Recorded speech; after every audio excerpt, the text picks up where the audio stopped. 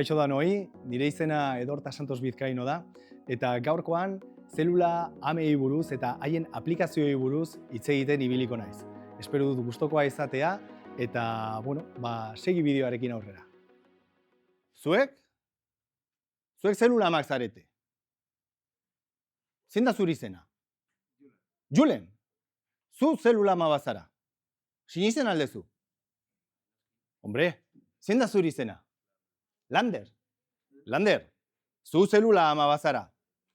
Horatzetik ere, hor eskin dagoen neska hori. Zein da zuri izena? Libe, asmatu zer dan bera.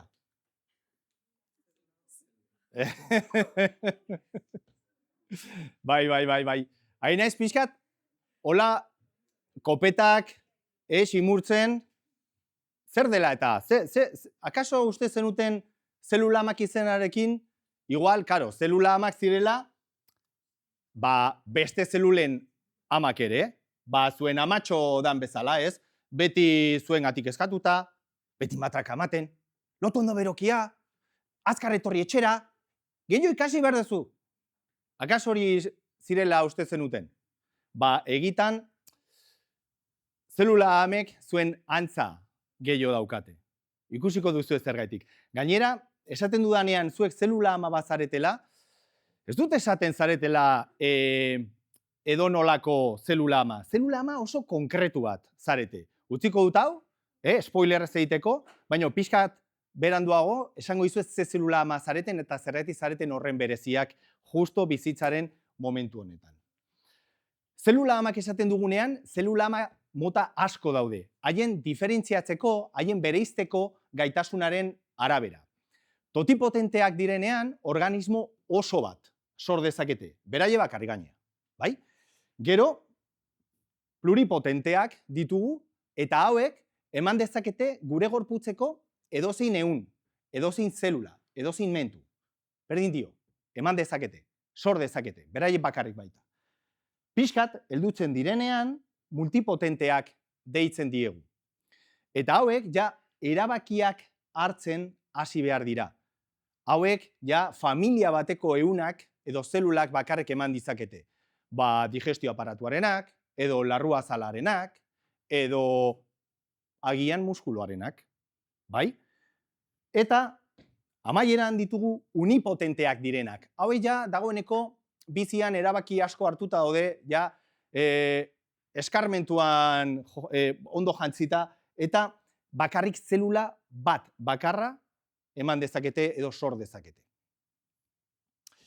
Ikusten duzuenez, hemen dau nolabait aukerak hartzeko prozesu bat, totipotentziatik multipotentzia eta unipotentziara, eta erabaki bakoitzean, haien diferentziatzeko, haien bereizteko gaitasuna murrizten juten da, baina horren truke irabazten dutena da esperientzia, abilezia.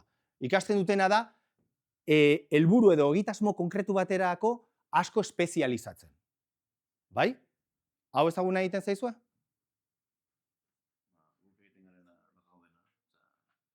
Hoixe ze hain izen esaten bazuek zelula amak zaretela, baina oain erakutsi dizuetola katalogo bat, zelula amena, ikusten nahi zarete nola baiteko antza badaukazuela, baina oain zuen buruari galdetzen egongo zarete. Baina eta ni zein naiz. Pluripotente, totipotente, zeinek uste du totipotente dela? Aukera guztiekin, edo zer gauza izan daitekela. Zeinek uste du pluripotentea dela? Zu pluripotentea. Zeinek uste du multipotentea dela? Multipotentea, inor? Bai? Hortik? Bai? Izena? Xabier multipotentea. Eta besteak? Unipotenteak, akaso? Ez daukazu oso argi. GPS-ari galdetu beharko digu. Ze zareten. Zuek hor zaudete. Xabier, asmatu zu. Multipotentea zarete. Bai? Karo, baino zuezea asko okertu ere, gertatzen dena da, hortxe zabiltzatela oaintxe bertan muga horretan. Multipotentziara salto ematen ari zarete. Eta multipotenteak zareten horretan, esango dizuet, dagoeneko ze zelula ama zareten. Zuek zarete zelula ama mesenkimalak. Ojo, kuidabor! Zelula ama mesenkimalak ez dira edonolako zelulak, esan bezala. Hauek, erabaki dute ze familian bereiztu nahi duten. Hauek eman ditzakete ehun konektiboaren hainbat ehun edo zelulak. Esate baterako, hezurra, kartilagoa, muskuloa, gantza, olakoak. Bai? Eta bueno, hauei gertatzen zaiena oaintxe bizian, zuen oso antzekoa da. Beitu, zelula hauek ere ez baiti daude. Dudoso. Ez dakite oso ondo bizin ze egin behar duten. Hor, aukera pilo bat jarri dizkiete mai gainean, hezurra, gantza, muskuloa, esatute, haien, zer erabaki behar dut, ze izan nahi dut, ez? Batzuk, ilusioz beteta daude. Ze haitu dituzte oso profesio politek eta ziraragarriak aukeratu ditzazketelak. Batzuk nahi dute, ez dakit, albaitariak izan, medikuak, berdin dio, arotzak, youtuberrak, baita badakit, edo influencerrak, berdin da, hori dana hor daukazue. Beste batzuk, ilusio hori eukitzeaz baino, zalantzati xamar daude. Bai? Ez dakite, keskatuta nola bai, urduri. Zergaitik? Uste dutelako, igual, erabaki hori hartzerakoan, hanka sartu behar dutela.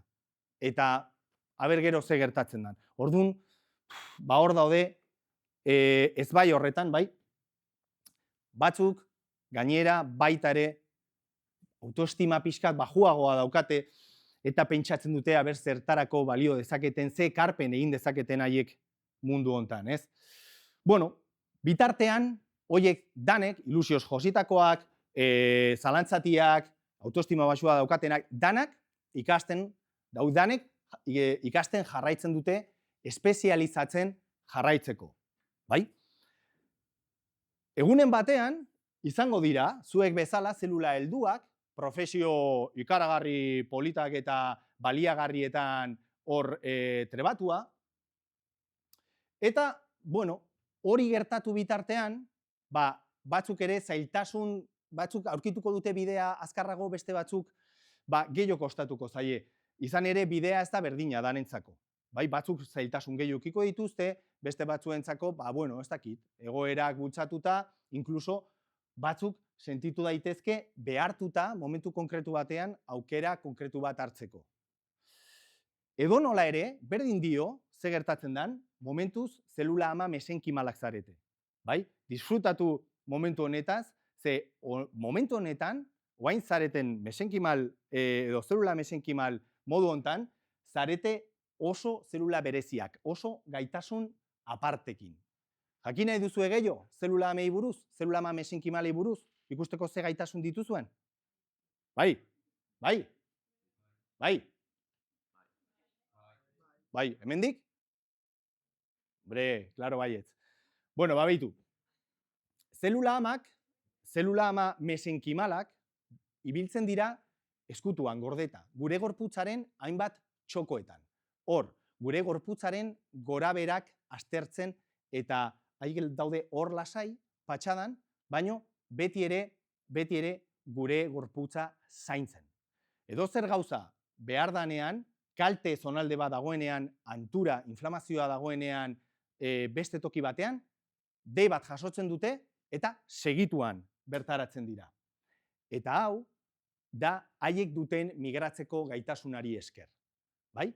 Haiek alerta seinalea jasotzen dituzte eta, zutitu eta behar dien tokian hantxe azaltzen dira. Eta bide horretan, gainera, sistema immunearen laguntza daukate. Sistema immuneak ez die sekula erasotzen, beti ere usten die pasatzen eta gainera errespetu handiz. Errespetu handia eta, bai, diete zelula hauei. Eta heltzen direnean behar zaien toki horretara, hor zelula guztiak dituzte zai, eta gorputzeko azkenengo txokotik baita laguntzera etorri diren beste zelula guztiak, hor jartzen zaizkie inguruan, eta haien esanetara jartzen dira. Bai? Izan ere, zelula hauek dira oso karismatikoak. Badakite, momentu bakoitzean, zer egin behar dan, eta nola. Badakite beste zelula guztiak, eta beste zelula guztiak esaten nahi izenean, dira fibroblastoak, dira keratinozitoak, dira makrofagoak, neutrofiloak, bai? Zelula guztiak, inkluso odolbasoak ekoiztu behar dituztenak edo eman behar dituztenak, danak koordinatu egiten dituzte, eta esaten diete ze pausu jarraitu behar dien. Nola egin behar dian egiteko daukaten hor tarea edo zer egin guzti hori. Vale? Horretarako, 3 superahalmen dituzte. 3 superahalmen. Lehenengoa da immunomodulatzailea. Da, edo modu pixkat xeheago edo kaletik ibiltzeko esan da, antiinflamatorioa. Bai? Ez da era bat olakoa, baina antiinflamatorio esango dugu. Beste superpoterea da babeslea. Beste zelulak babestu egiten dituzte. Eta azkenik, daukate ahalmen birsortzailea edo erregeneratiboa. Bai? Hauekola, claro, terapia, hauetan oinarritutako hainbat terapia zelular eta medikamentu superaurreratu garatzen ari gara, danon artean, zientzilarion artean, eta batzuk inkluso ja merkatuan daude. Bai? Hauek guztiak, aplikazio hauek guztiak dira medikuntza birsortzailearentzako eta gaixotasun inflamatorio immunologikoak tratatzeko. Ikusi nahi duzu zein dan bere ekintza mekanismoa, pixkat gehiago sakonduko dut, hemen pixkat teknikoagoa jarriko naiz, baina ezer gutxi, bale? Hor begiratu ze gertatzen dan, odolbasoetan, ziztatzen ditugunean, administratzen ditugunean. Baina, bueno, ni asko hitz egiten nahi naiz, hobe berak bere burua aurkezten badu. Opa, zelula mesenkimala nauzue, baina danek MSC esaten didate. MSC, mesenchymal stem cell, bai? Ehun kaltetuak birsortu eta immunomodulatzen dut ere. Bueno, ematen du, oain arte gezur askorik ez du dala esan, ez? Berak ere, hori esaten du, horrela aurkezten du bere burua. Bueno, pixka tarroa eta bihurria ere bada. Pixka olakoa ere bada. Hobeni jarraitzen badut. Behitu, tradizionalki, oain dala 10 urte arte gutxi gora bera, pentsatzen zana zan, behin ziztatuta, behin odolbasoetan sartuta, zelula mesenkimalak migratu, zelula mesenkimal hauek migratu egiten zutela, behar ziren ehunetara, han txertatu eta bereiztu egiten zirela. Bai? Zer daukazu? Ezurretako problema bat, defektu bat, hor daukazu kaltea, bertara jun eta ezurrean, edo ezur bihurtu. Bai? Hori zan, oain arte, edo hain dala gutxi arte, pentsatzen zana. Azkeneko 10 urte hauetan, ostera, ikusi dana da, beste modura egiten dituztela gauzak. Egiten dituztela modu parakrinoan, señalizazio parakrinoan. Hau klasean ikusi duzu, zer dan señalizazio edo señalizapen parakrinoa? Parakrinoa da, zelulek jariatutako hainbat sustantzien bitartez, beste zelulen portaera zuzentzen dutenean. Bai? Orduan, haiek askatzen dituzte hainbat faktore, askuntza faktoreak, interleukinak, hainbat molekula momentuz izena ere jarri behar ez dieguna, baina sustantzia horien bitartez modulatzen ditu besten portaerak, zuzentzen ditu, gidatzen ditu prozesuak. Bai? Eta hau egiten du, olako faktore disolbagarri eta besikula extrazelularrak deitzen zaizkien elementu edo sustantzien bitartez. Bale? Guzti honi, nola sekretatu egiten dan, deitzen digu sekretoma. Bai? Geratu izen horrekin, sekretoma, ze hemendik aurrera erabiltzen jungo naiz. Orduan, hori ala bada, zelula ama hauek ez badira beraiek diferentziatu behar baizik eta prozesuak gidatu behar badituzte haien seinaleztapen honi esker, orduan, ez ditugu ez da odolbasoetan administratu behar eta hor utzi haien kasa berz egiten duten eta igual juten dia behar ez dien tokian. Ikusi duzu bihurria direla. Igual ez digute kasurik egiten eta edo izin zokotan galdu egiten dira, edo auskalo ze gertatzen den. Ja, kontrola galtzen duzu. Bai? Eta, karo, dituzte esan dugu, 16 bat urte. 15, 16. Orduan, gaiztakeriren bat igual egiten digute. Orduan, zergaitik ez diogu beste gauza bat egiten? Hau ez bada beharrezkoa, egin dezakeguna da, zelula hauek odol basoetan administratu beharrean, egingo diegu beraientzako etxe txulo bat. Egingo diegu hidrogelekin, biomaterialekin osatutako etxe bat, beraientzako espezifikoa, haiek goxo-goxo egon daitezen hor, eta hori sartuko dugu hemen larrua azalpean, beste toki irisgarri eta eskuragarri batean, modu erabat ez inbasiboan, minik ez emateko, berreskuratzeko behar badegu, bai? Eta hor, kieto para egongo dira, bai? Lasai, hor jarri diegu haiek jolasteko eta eroso egoteko bere haien gunea edo tokitxoa, bai? Orduan, hortik bertatik ere haien aginduak eman ditzakete. Haien seinaleztapen hau jariatu dezakete odolera eta behar dan tokira jungo da hori funtzionatzeko, bai? Orduan, hori hala baldin bada, zergaitik ez aprobetxau eta honetan oinarritu gure estrategia terapeutikoa. Horrela, segurtasuna areagotzen dugu eta segurtasuna areagotu eta eraginkortasuna baita. Bai, guazen ikustera adibide batzuk. Jungo naiz esan dizkizuedan 3 superpotereak guk gure laborategian, gure ikerkuntza taldean burutzen ditugun ikerkuntzen emaitzen laburpentxo bat ematera. Bai, orduan, hasiko naiz gaitasun birsortzailearekin. Gaitasun birsortzailea nun erabili dezakegu? Zauri kronikoetan. Bai? Hor pixkat aparatosua, badakit. Baina tira, badakizu. Beitu, esan dizuet, etxetxo bat egiten diegula. Kasu honetan, egin dugu olako esponja moduko matrize bat. Gusten duzue, biguina dala, bastante goxoa. Hor, zelulak sartzen ditugu. Horrela, irudian edo bideoan ikusten ari zareten bezala. Eta hau egiten dugunean, zelulak atxikitu egiten dira, lotu egiten dira eta kolonizatu egiten dute matrize hori. Bai, dana bete egiten dute eta han gustora bizi dira gorputzeko edozein matrize extrazelularrean bezala. Hauek hor daudela, egiten duguna da zaurietan aplikatu.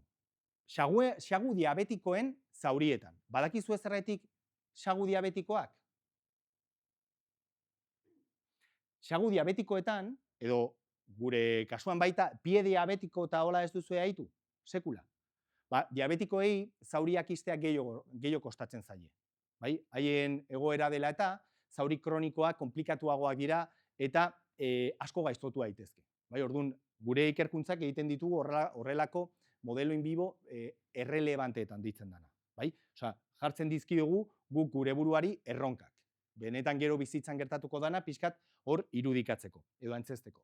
Orduan, begiratu, edozein esperimentuan bezala, daukagu talde bat, kontrola deitzen dioguna, hemen ez dugu tratamendurik aplikatuko. Eta beste honetan, hor zelula amak jarriko ditugu. Hori da abia puntua. Hasieran, empate. Bai, berdinduta. Aste bete. Hemen ja, bai, zelula amak aurreratu zaizkigu. Itxiera horretan. Eta 14. egunerako, begiratu, kontrola nola mantentzen dan, eta begiratu zelula amekin tratatutako zauri hori nola izten dan. Bai? Baina, karo, bakizu ezer, bideo bat egin genien hor, erregenerazio prozesu horretan zehar bideo bat egin genien. Beitu ze gertatzen. Zelula amak jartzen ditugunean hor, esan dizuet, besteen portaera gidatu egiten dituztela, ez? Karismatikoak diela. Hemen ikusten dituzuen hauek, fibroblastoak dira. Gure dermisean dauden zelulak. Hoiek, bultzatzen dituzte, hola zauri hori iztera, migratzera eta hori dana estaltzera. Orduan, hor ikusten duzuenez, hemen ezkerraldean zelula mamesenkimalak eta hemen kontrola. Ikusten duzu hemen kontrolean, nola fibroblasto gaixoak geratzen dien, zuzendariri gabe, ez dakite zer egin. Hor egin diete bokete bat erdigunean eta zelula amak faltan botatzen ditut, ez dakit zer egin behar dut. Beste honetan ostera, juten dia oso ausarta. Sentitzen dia zelulamen gidaritzapean. Guazen probatzera beste gaitasuna. Hemen aroari esan diot lehen oso gainetik ikutuko genuela, baina tira, behintzat esperimentu simple bat. Hemen superahalmen protektore edo babesle hori probatu genuen babes asko behar duten zelulekin. Zeintzuk eta, neuronak. Neuronek behar dute, bai, babes handia, ze badakizue, ez direla regeneratzen horren aixe. Regeneratu daitezke, baina ez protegitzen baitugu, hobe. Bai? Orduan, Parkinson bezalako gaixotasunetan ditugu dopaminergikoak deitzen zaizkien neurona batzuk, bai, dopamina jariatzen dutenak eta hoiek galtzean, orduan asaltzen da asaldura hau. Bai, bueno, behitu egin dugun hemen, esperimentu honetan. Hor ikusten dituzuen puntutxo urdinak, hoiek dira neurona dopaminergikoak. Tindatu egin ditugu, koloratzaile fluorescente batekin eta bizirik daudenean urdin agertzen zaizkigu. Bai? Gero, Parkinsona antzesteko egin dieguna izan da pozoi bat eman diegu. Osa, pixka zigortu egin diegu. Bai? Hor egurra eman diegu. Gaixotu egin ditugu. Eta behitu nola puntutxo urdinak juten diren itzaltzen. Bai? Zelula gaixoak. Ostera, jartzen ditugunean, zelula amekin, behitu zelula amek nola babesten dituzten zelula guzti horiek pozoiaren eraginetik. Bai? Ikusten da argi eta garbi, ez? Nola puntutxo urdin guzti horiek hor jarraitzen duten. Bai? Beraz, hau da, erakusten duten ahalmen neurobabeslea. Eta geratzen zaigu bat. Geratzen zaigu gaitasun antiinflamatorioa. Hau da, laborategian edo gure taldean gehien erabiltzen duguna. Ahalmen immunomodulatzailea edo antiinflamatorioa. Baina potere hau ateratzeko, hau ez da horren erraza. Ze esan dizuet, zelulamak normalean daudela lasai. Bai? Haiei lasai bizitzea gustatzen zaie. Baina, sentitzen dutenean beharra, sentitzen dutenean inflamazioa dagoela, ordun bihurtzen dira super MSC. Bai, super MSC. Era bat aldatzen dira. Bai? Eta esango duzu, baina hau nola da posible? Hau da posible, dituztelako hartzaile berezi batzuk, hemen haien mintzean, haien kanpokaldean, eta orduan detektatzen dituztenean olako anturaren bitartekariak, super MSC bihurtzen dira, eta zelula immune guztiak usatu egiten dituzte. Bai? Orduan, potere hau, atera behar zaie, azaleratu behar zaie, kanpotik. Nola egiten dugu hori? Norbaiti okurritzen zaio? Ze gogoratu, guk ez ditugu zelulak odolean jarri nahi eta inflamazioa dagoen tokira haie juteik nahi. Guk nahi ditugu hemen, larrua zalpean jarri. Eta hor ez dute inflamaziorik sentitzen. Ziten dugu, bururatzen zaizue zerbait. Inflamazioa simulatzen duen zerbait mezu moduko bat bidaltzea. Oso ondo, oso ondo. Atean nahi zu jarraitzera itzaldiarekin? Primeran, oso ondo ikusita. Hori da zuzen ere, hemen erabiltzen dugun trukoa. Beitu, hemen egingo diogu beste etxe bat. Beste etxe bat, gogoratu lehen egin diegula esponjatxo hori, oain egingo diegu alginato eta kolagenoarekin egindako hidrogel bat. Pentsatzen egongo zarete, hau Ferran Adrianek egiten du esferifikazioak egiteko. Bai, kopiatu egin zigun, ez guri ba, zintzileari oroar. Hor barruan, guazen ikustera zer daukagun.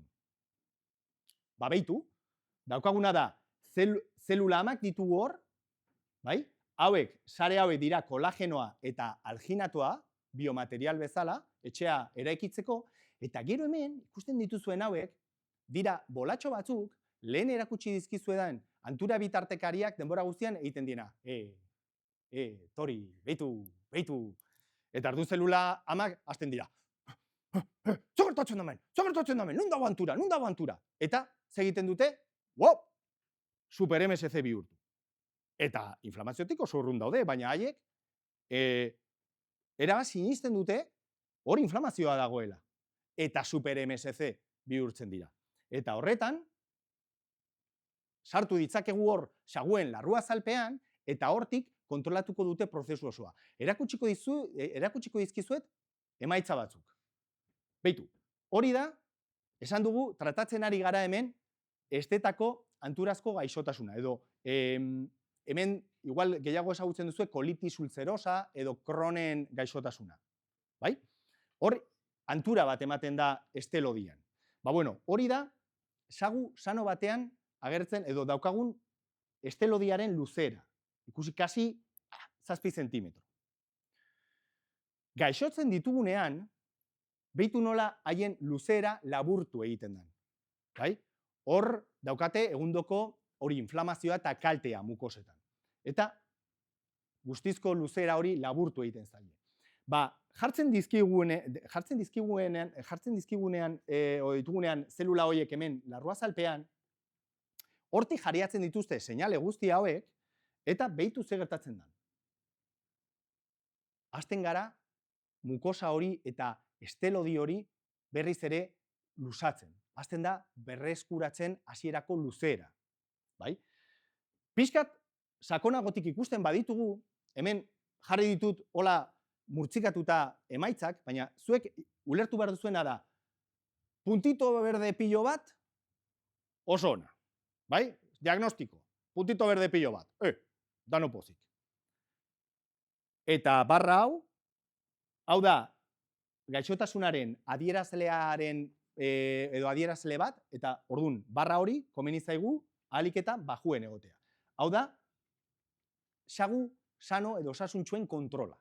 Beraz, ondo on behar da. Goazen ikustera zer gertatzen den gaixoatzen ditugunean. Abezi txura hartzen dute. Dana puntu gorriak. Diagnostiko, bai, dana puntu gorriak. Eta, barra, behitu noraino, igo zaigun. Ikusten da, ez? Orduan, noain ikusi behar dugu ze gertatzen den zelulak jartzen ditugunean. Jartzen dugunean gure hidrogel hori zelulamekin kargatuta. Behitu, gauzak hasten dira hobetzen ere. Bai? Ez erabat, baino hasten dira hobetzen. Hemen ja, hasten gara puntu berdeak eukitzen, horiak, bueno, gauza hobera dijoa. Eta barra honetan, hasten gara, emaitzak edo indikatzaile edo adierazle hau, hasten da berri hobeagoak ematen. Bai? Geratu gaine argazki honekin, ze gero erakutsiko dizuet, zein dan honen urrengo bertsioa. Bai, terapia oraindik aurreratuagoa eta ikusiko duzu ze diferentzia emaitzetan. Hauek esan dezakezue, bueno, ez daude gaizki, emaitza bastante duinak dira. Gero erakutsiko dizuet ze egiten ari garen azken aldi honetan. Eta zerretik gauden horren ilusionatuta. Bai? Hori enzuzen eren hijo esplikatzera. Beitu, adi egon bazarete, zeren bitartez funtzionatzen dute zelula amek, esan dute. Osa, esan dut. Zeren bitartez?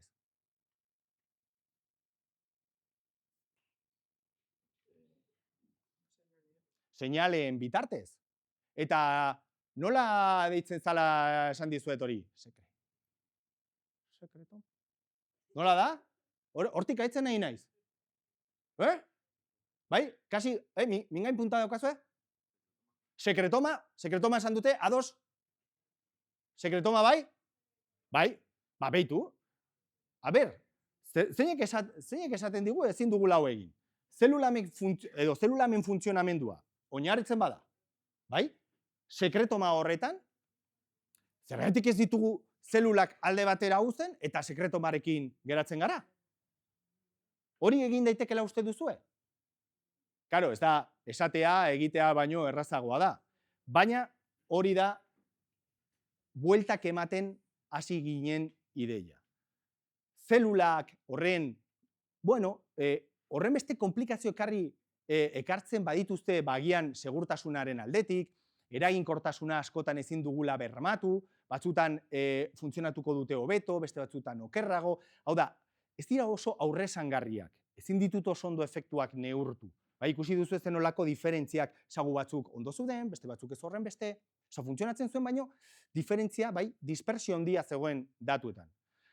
Hau egitea baldin badut, hau isolatu, kontzentratu eta egonkortu modu solido batean, hau egongo litzateke, bai? Horri deitzen diogu cell-free therapies edo zelularik gabeko terapiak. Bai, cell-free terapiak, esango diot. Bale, pixkat cooler izateko. Bale? Beitu, hauxe da, orain dela gutxi patentatu dugun gure sekretoma egonkortua. bai? Hemen egin duguna hain zuzen ere, izan da kontatu dizuedan guzti hori.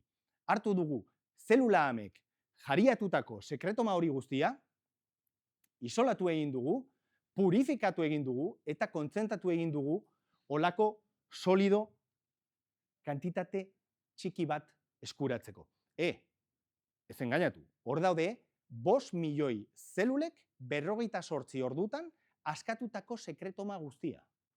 Imaginatu ze potentzia handia kantitate txiki horretan. Nahi duzu ikusi zen olako potentzia? Oraingoan, beste hidrogel batean sartuko ditu. Hauek dira hidrogel smart hydrogens, bai? Edo hidrogel adimentsuak edo, bai? Inteligenteak. Hauek egingo duten izango da, sekretoma hori guztia baitu, hor bere baitan jasoko dute, eta askatuko dute oso poliki. Modu jarraian, modu luzatuan, 14 egunetan zehar. Hori ere, saguetan sar dezakegu larruazalpean, bai? Erabat inboasibotasuna alde batera utziz, eta aldo berena gainera da hidrogel hori biodegradagarria dela. 14 egunetan ez da zer geratzen. Bai? Beraz, injekzio normal bat izango balitz bezala. Sartzen duzu, askatzen ditu efektu edo faktore terapeutiko guztiak, eta 14 egunetan ahaztuta. Ez duzu, ez da arrastorik aurkituko. Bai? Bale, oso ondo. Baina honek funtzionatzen du edo ez? Bueno, guazen ikustera. Gogoratzen puntutxo berdeena? Zen nahi dugu? Puntutxo berdeak edo gorriak? Berdeak. Nik berdeak. Zuek berdeak baita. Bueno, kontrol sanoa. Ondo, bai? Kontrolak funtzionatzen du? Kontrola ondo dago, ez? Kontrola dana berde. Eta esan dugu, barra hau ere, hor, baju. Zeron paren, bai? Hemen, bueno, nahi duan da zuek fijatzea zen olako itxura duen, bale? Ez gara histopatologoak guain bihurtuko, baina behitu zen olako itxura duen, hau dira gure estelodiaren mikrobiloskak eta mukimintzak, bale? Behitu sagu gaixoak ze nola agertzen diren hemen. Puntu gorripillo bat, arrosak baita, naranjak, bueno, oza, arriskua ikusten da hemen, ez? Ikusten da, hori ez da sanotasunaren edo osasunaren kolorea, bai? Behitu ere barra nola igo dan. Desente igo da. Nun uste duzue, egiten dugu porra bat? Nun uste duzue dagoela guain sekretomarekin tratatutako saguen emaitza? 0. Vale, hori da jarrera. Horren bila jun behar dugu, Horren bila jun behar dugu. Bueno, sentitzen dut zapuztea, horren emaitza ona ez, baino, kasi. Behitu nun geratu garen eta konparatu lehen terapia zelularrarekin. Bai? Puntu berde, pilo bat, bai? Kontrolaren superantzekoa, behitu barra noraino jeitsi dugun, bale? Eta fijatzen bazarete irudi hauetan, behitu nola hau eta hau, nahiko antzekoak diren, eta hemen ikusten dana da hondamendi hutsa. Bai? Epitelioa eta mukimintza dau erabat zigortuta. Horrela ikusita esango duzu, bueno, bale, ondo, baino nik nahiago dut beste irudi bat ikustea ondo hori konfirmatzeko. Behitu. Bueno, behitu ze gertatzen den. Hemen daukagu osasuntxua dan estelodi bat. Bai? Hemen daukagu behitu nola dagoen sagu gaixoa. Bai? Hau da bere estelodia. Behitu ze itxura, belztua eta txarra duen. Bale, tratatzen ditugunean, behitu ze kolore sano hartzen duten berriz ere. Ikusten? Hau nahiko genuke guretzat ere, baietz? Hori da momentuz lortzen ari garena. Karo, horiek horrela, eta jarrera horri helduz, esan genuen, zergatik ez haratago jun? Ez? Porque, esan dugu, bale, inbasibotasuna jeisten ari gara, baina oraindik ere, ziztadak eta injekzioak, eta oraindik, ez dakit, ambizioa edo haratago eramaten badugun, gehiago, ez dakit, politago oraindik pentsatzen badugu, handiago pentsatzen badugu, zein izan daiteke hurrengo pausua? Hurrengo pausua litzateke terapia zelular konplexu guzti horiek transformatzea zuek orain etxean daukazuen olako konprimitu edo terapia farmakologiko edo bai arruntetan. Poltsoan, motxilan edo apaltegian hor eduki dezakezuen ibuprofeno bat bezalakoa. Nahi duzuenean hartu, aho bidez hartu, eta efektu berdina egitea, baino terapia zelularraren potentziarekin. Bai? Konplexutasun hori guztia, transformatuta forma farmazeutiko arrunt batean. Claro, hori egiteko, pues ditugu erronka batzuk. Lehenengoa da, hori, sekretoma hori askuntza medioan dagoena, isolatu behar dugula, purifikatu, kontzentratu, solido bat sortu, gero kapsuletan sartu alizateko. Baina hau, dagoeneko inda daukagu. Orduan, zein da hurrengo erronka? Ba, hurrengo erronka da, ez dakit konto dizuedan, baina sekretoma hau, sekretoma hau da oso hauskorra, dira proteinak eta olako sustantzia, bai, biologikoak, RNAak, orduan, dira begiratu eta ez ikutu. Edozein baldintza, pixka toldarkorra eta kabo. Bai? Orduan, oso ondo tratatu behar dira. Eta, klaro, esaten ari gara hemen, oso ausart, sartu behar ditugula aho bidez, gure traktu gastrointestinal guztia zeharkatu behar dutela, zertarako dau diseinatuta gure digestio aparatua. Gauza desegiteko, dana txikitzeko.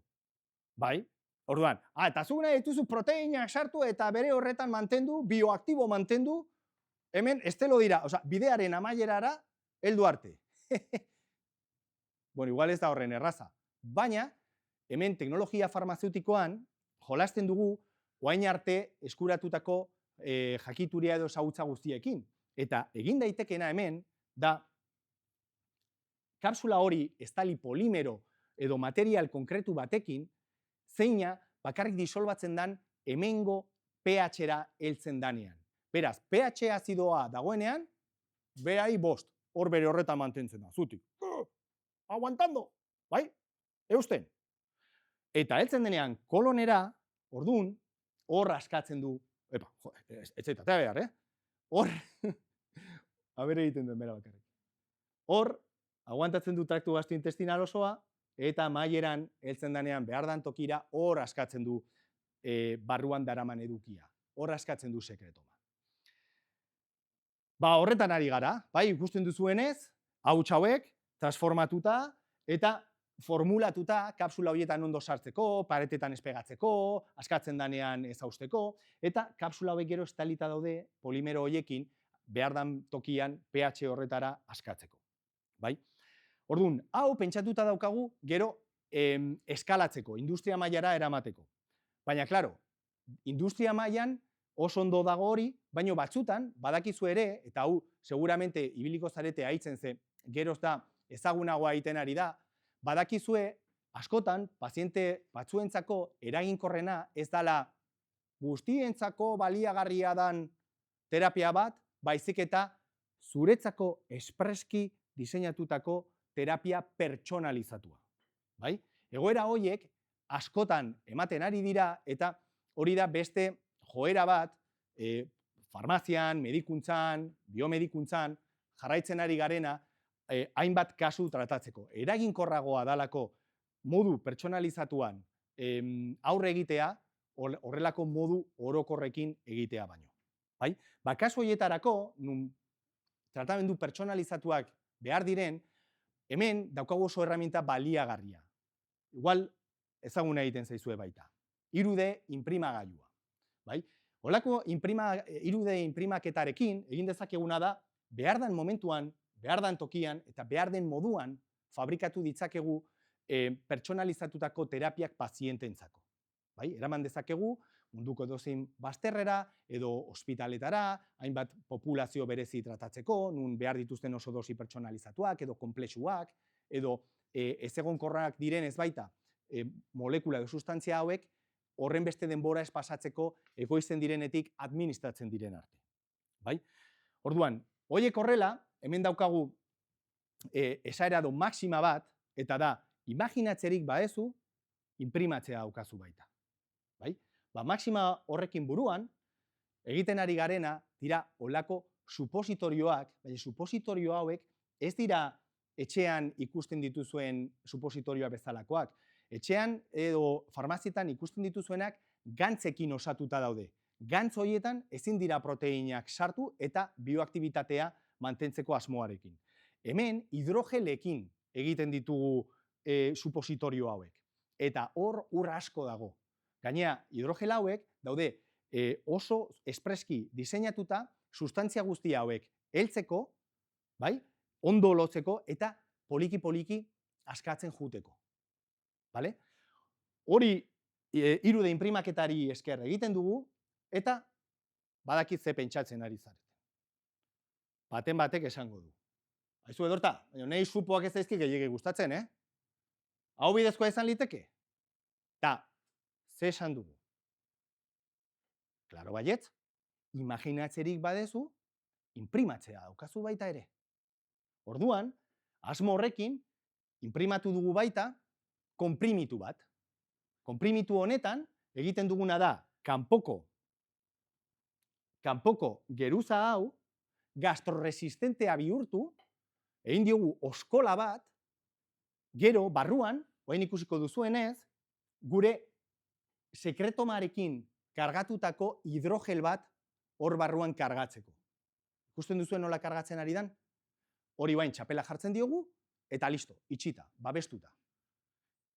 Diseinu honi esker, egin dezakeguna da, pH azidoetan, gure sekretoma babestu, ez da desegiten, bai, zeharkatzen du digestio aparatu guztia edo traktu gastrointestinal osoa, eta heltzen danean pH 7,4, pH 7,5era, hau da, hor inflamazioa dagoen tokira, hemen estelodiaren amaierara, hor askatzen du bere edukia.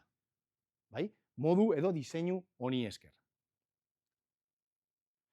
Beraz, ikusten duzuenez, guretzat, terapia zelularrak badauka oraindik ibilbidea eta seguramente gauza harrigarriak lortuko dira, baina guretzat da estrategia pixkat mugatua. Edo horrela sentitu dugu gure burua terapia zelularrean bakarrik lan egin dugun bitartean. Baina, cell-free terapiara jo dugunean, momentu horretan sentitu duguna da hegoak hasi zaizkigula eta hegan egiteko kapazitatea dugula.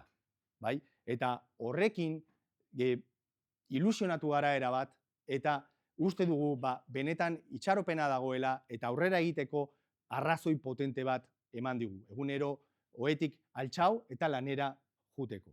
Bai? Hau oso importantea da, pixka ja rutina hartzen dezuenean, beti ilusio bat hor mantentzea, lanera juteko eta zuen ilusioa beti piztuta mantentzeko. Bueno, zuei ere hau gertatuko zaizue, bai? Aukeratuko duzue, behar duzuen bidea eta bihurtuko zarete profesional adituak eta kiston makinak, bai? Baina, ez euki inongo beldurrik. Ze, naizta hanka sartu, naizta behar ez duzuen bidea hartu edo, igual, sentitzen duzue horre ez dala zuen tokia. Bueno, hau asko haituko duzue hemendik urte batzuetara ja oso heldua zara. Ja bide bat hartuta, ezin duzu atzera bueltaik egin. Ikasteko soberandu da. Edo, olako gauzak haituko dituzue pilo bat. Badakizu ezer? Zelula ama batzuk ere, urte askotan izan dira helduak. Eta gero, ez dute bide zuzen bat egin. Halako batean, kanpotik etorri eta erreseteatu egin dituzte berriz ere zelula heldu horiek, zelula amak bihurtzeko. Zelula ama erreprogramatu hauei deitzen zaie IPS, induzitutako zelula ama pluripotenteak. Bai? Irabazten dute, erreprogramazio erreseteo horren bitartez, irabazten dute berriz ere diferentziaziorako ahalmen alguztidun hori. Bai?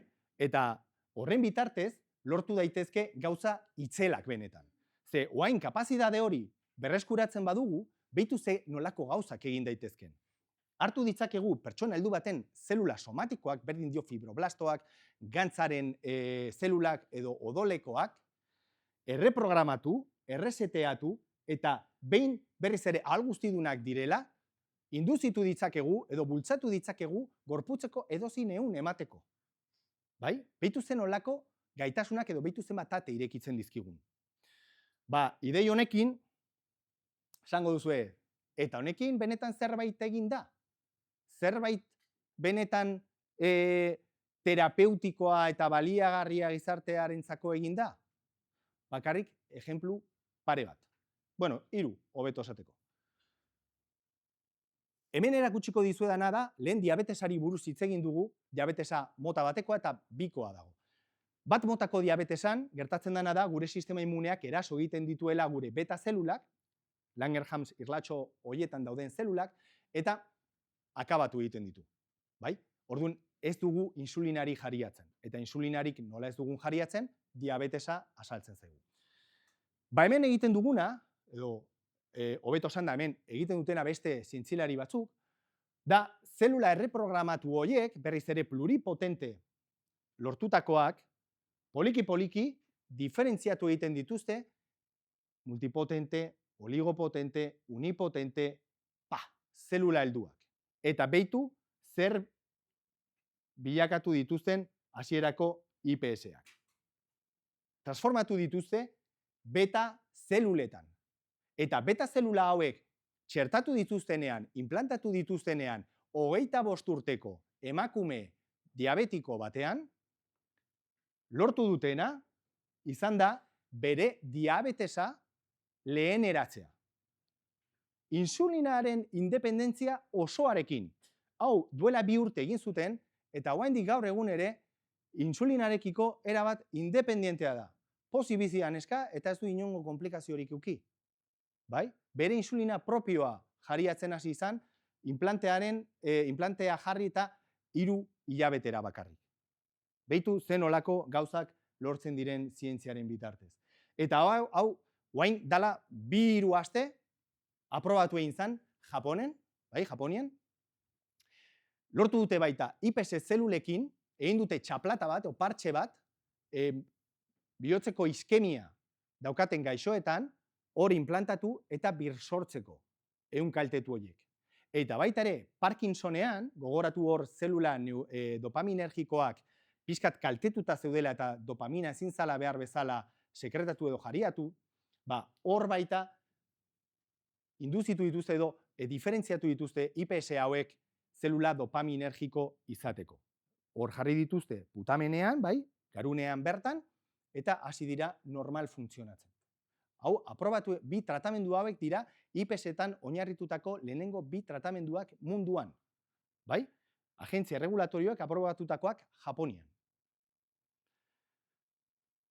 Ba ez dakit honekin, nahikoa mezua eman dizkizuedan, baino esan nahi dizuedana da, disfrutatzeko, gozatzeko ibilbidearen zati bakoitzaz, ikusi zen olako etorkizuna edukiko duzuen, barregin, maitatu, dantzatu, aprobetxau bizitza topera, oraindik ere daukazuelako plastikotasun osoa zuen etorkizuna zuek nahi duzun kolorekin marrasteko.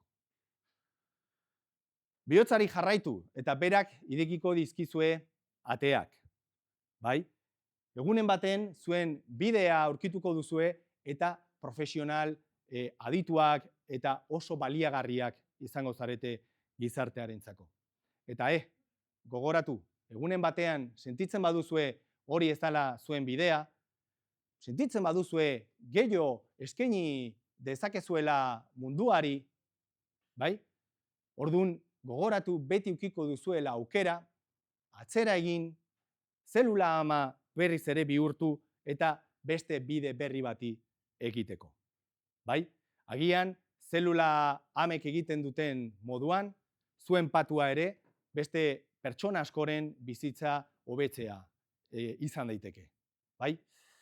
Ba, asmo honekin etortzen bazarete, hemen zai eukiko gaituzue, Vitoria Gasteizeko nanobiozel taldean, hemen gaude laguntxo batzuk, bai, lan hauetan eta ilusio guztiarekin aurrera begiratzen beti eta ikerkuntzan sakontzen, bai, lan da lan egunero. Mil esker danoi zuen arretagatik, eta edozein galdera baldin badaukazue, ongi etorri.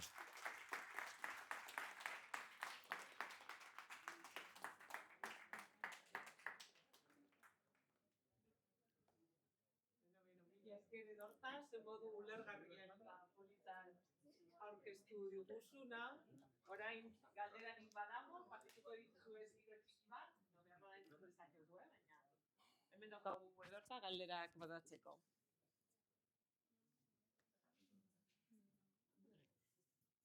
Grabaziorako jarri behar dugu, bale? Aurrera. Nondik ateratzen dira zelula amak? Zelula ama mesenkimalak edo IPS-ak? Mesenkimalak. Mesenkimalak atera daitezke, adibidez, guk ateratzen ditugu hemen ile folikuloetatik. Baina atera daitezke baita gantzetik, atera daitezke ezur muinetik, atera daitezke silborrestetik, bai? Esan dizuet, toki askotan daudela hor gordeta. Horiek dira toki ezagunenak. IPS-ak atera daitezke, adibidez fibroblastoetatik eratorri daitezke, fibroblastoak hartu, bai, azaleko hainbat zelula, eta horiek induzitu, erreprogramatu edo erreseteatu IPS-ak emateko. Baina hartu daitezke baita odolekoak edo gantzarenak baita. Eta zailak da lortzea zelula hauek? Zelula ama mesenkimalak edo IPS-ak? Mesenkimalak erauztea edo isolatzea ez da zaila, protokoloa ja gaur egun oso normalizatuta daude eta oso estandarizatuta, baina bai egia da gero, hemen daukaten problema handiena da senesentzia. Osea, zuk askatzen dituzunean edo gorputzetik ateratzen dituzunean, gero laborategian erein eta anazteko, hor daukate nolabaiteko iraungitze data bat. Bai, orduan guk egiten duguna da beste erreprogramazio bat, truko genetiko bat, ileskorrak egiteko. Bai, betirako eukitzeko hor, eta orduan haiek jariatzen dituzten sustantzia horiek oso aurrezangarriak dira eta beti dakigu ditugula zelulak nahi ditugun eta ezagutzen ditugun bezala. Bai? Baina bai, gaur egun bastante erraza da hauek eskuratzen. Eta gizakiotan nola ikusten duzu hidrogelo resistente hori, material horrekin, zein momentutan ailegatuko da? Zein, zaurietan jartzen duguna edo... Estekoa. Oain gabiltza, egia esan, aurrerapen handiak egin ditugu aurre klinikoak, baina oain dau beste erronka bat. Eta da, lehenengo, scale-up deitzen dana, hau da, kantitate handietan egin alizatea oain laborategi mailan egiten duguna, hori da erronka bat, eta gero bigarren erronka da, agentzia regulatorioekin ibili behar zarela elkarlanean, ze prozesu guztiak gidatu behar dute eta balidatu behar dizkizute urrats guztiak. Hau da, zelula iturritik hasita, azkenean guk egindako saguetan egindako esperimentu horiek errepikatu beharko genituzke oso baldintza konkretutan, haiek zehaztutako baldintza oso berezietan, emaitza guzti hauek baliostatzeko. Eta gertatzen dena da, honek danak dirua eskatzen duela. Eta orduan behar dugu inbertsioa, bai? Eta horren atzetik ere gabiltza. Orduan, zuek ikusteko ze importantea dan ikerkuntzan inbertitzea eta egotea olako kultura edo, bai, hemen gizartean txertatuta ondo egotea, gure, ez dakit, danok sentitzeko behar hori, ez? Eta behar hori danon artean sentitzen dugunean, seguramente gobernuek ere apostu gehiago egingo dute, enpresa gehiago aterako dira, inbertsio potenteak egiteko, eta guzti honek aurrera egin ahal izango du. Bai? Ulertu egin da, ez da?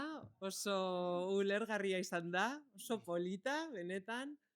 Orduan, txalo bero bat emango diogu edortari.